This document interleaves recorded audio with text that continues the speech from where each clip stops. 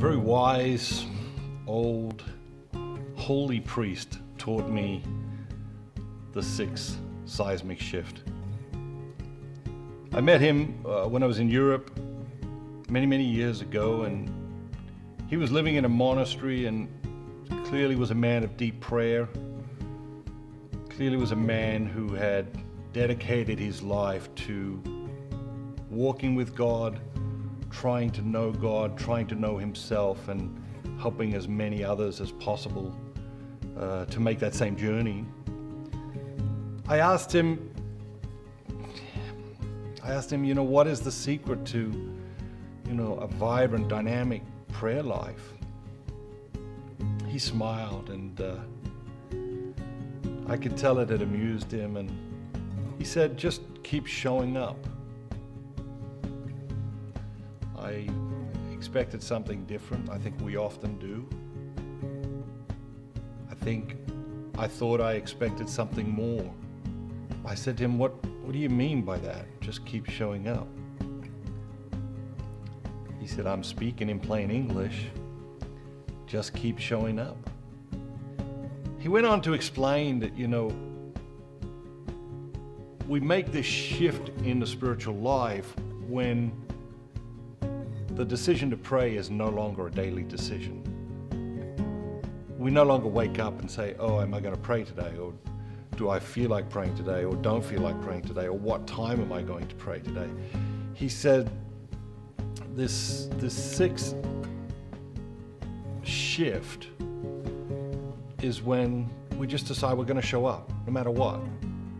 It's no longer a decision. It's a decision that has been made once and for all. We are just going to keep showing up and letting God do his thing, and trusting and believing that God is working in us through prayer, in prayer, even when it may feel the opposite. There are times when we go to prayer and we feel ecstatic, euphoric.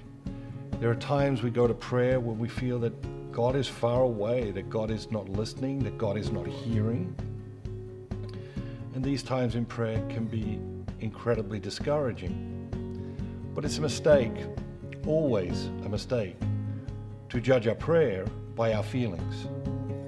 How we feel in prayer is irrelevant. There will be days when we feel euphoric, and there will be days when we feel discouraged, and God is working in all of that. In every situation, in every circumstance, whatever we think or feel in prayer, God is working in that, in us, through that. And so it is a great mistake to judge our prayer, and certainly a great mistake to judge how we think about our prayer or feel about our prayer. To say, oh, I prayed well today. Did you show up? That's the big thing. Did you show up? Are you going to show up tomorrow? Are you going to keep showing up no matter what? Because the only real failure in prayer is to stop showing up. The only real failure in prayer is to stop showing up. And so the sixth seismic shift, just keep showing up. No matter what, just keep showing up. So we've made our journey through the six seismic shifts in the spiritual life. You realize, okay, they don't happen in that order to everybody. They happen at different times in different people's lives, but you also discover that you don't have to be a certain age to experience these enormous spiritual shifts in our lives.